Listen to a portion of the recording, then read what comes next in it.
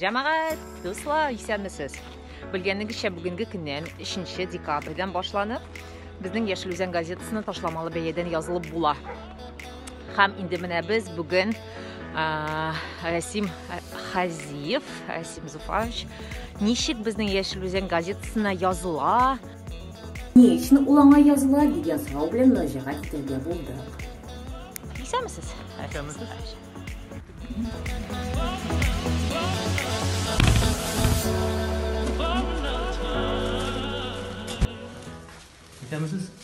Мен Яшел Үзән газетасына язылмакчы идем.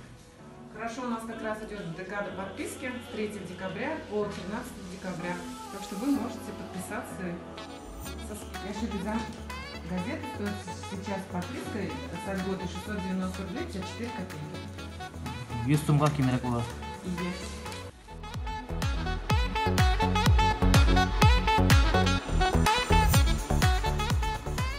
Расим, менә бер генә сорауым бар минем сиңа. Яшел Үзәнне яздырдың. Ни өчен? Нәрсәгә кирәк ул сиңа? Беренчедән, Яшел Үзән газетасы ул районда татарча чыга торган бердән-бер газета. Икенчедән, мин менә кайбер районда яшәүчеләрне аңлап бетермим. Яшел Үзән газетасы бердән-бер газета, шулай ук райондагы яңалыкларны, райондагы төрле вакыйгаларны тасвирлый торган. Башка кызык газеталарда бардыр инде, ансында шикләнмим. Ләкин менә нәкъ менә сезнең авыл турында, сезнең хуҗалыгыз турында, сезнең проблемаларны күтәрә торган бердән-бер газета булса, шул Яшел Үзән инде ул.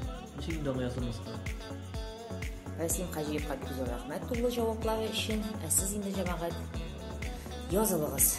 Бердән-бер Яшел Үзән газетасының бәясе хәзер 690 сум 102 сум экономия җәмәгать. 13 декабрьгә хәтле генә.